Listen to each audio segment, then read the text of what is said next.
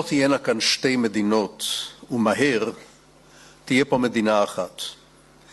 אם תהיה פה מדינה אחת, היא תהיה מדינה ערבית מן הים עד הירדן. אם תהיה פה מדינה ערבית, אני לא מקנא בילדים ובנכדים שלנו.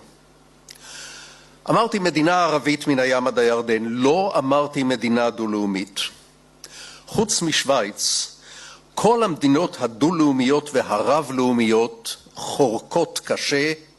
אם לא תהיינה כאן שתי מדינות ומהר, ייתכן מאוד שכדי לעכב הקמת מדינה ערבית מן הים עד הירדן, תשלוט פה באופן זמני דיקטטורה של יהודים פנאטים, דיקטטורה בעלת סממנים דתיים וגזעניים, דיקטטורה שתדכא ביד ברזל הן את הערבים והן את מתנגדי היהודים.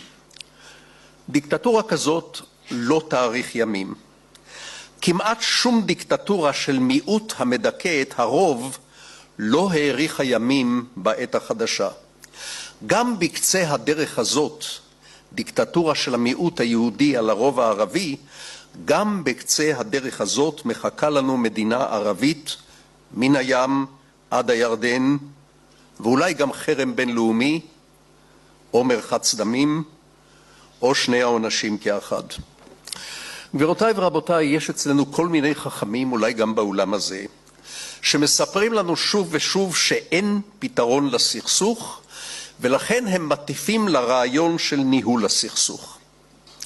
כדאי אולי להפנות את שימת לבכם לכך שניהול הסכסוך ייראה בדיוק כמו שנראה הקיץ האחרון.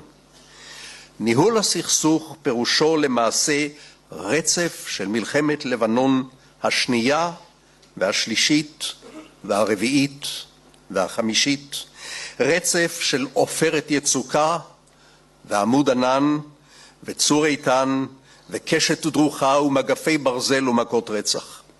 ואולי גם אינתיפאדה או שתיים בירושלים ובשטחים, עד לקריסת הרשות הפלסטינית ולעליית החמאס, או גורם יותר קיצוני ויותר פנאטי מאשר החמאס.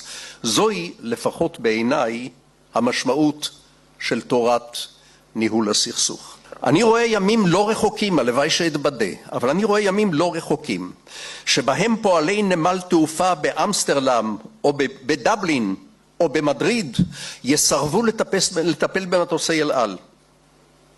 קונים יחרימו את תוצרת ישראל וישאירו אותה על המדפים. משקיעים ותיירים יסלקו את רגליהם מן הארץ המוחרמת הזאת. גבירותיי ורבותיי, זה לא עתידנות. אנחנו כבר בחצי הדרך לשם. המשך הקטטה עם הערבים הולך והופך במהירות למלחמה שלנו נגד כל העולם. מלחמה כזאת מסכנת את עצם קיומנו.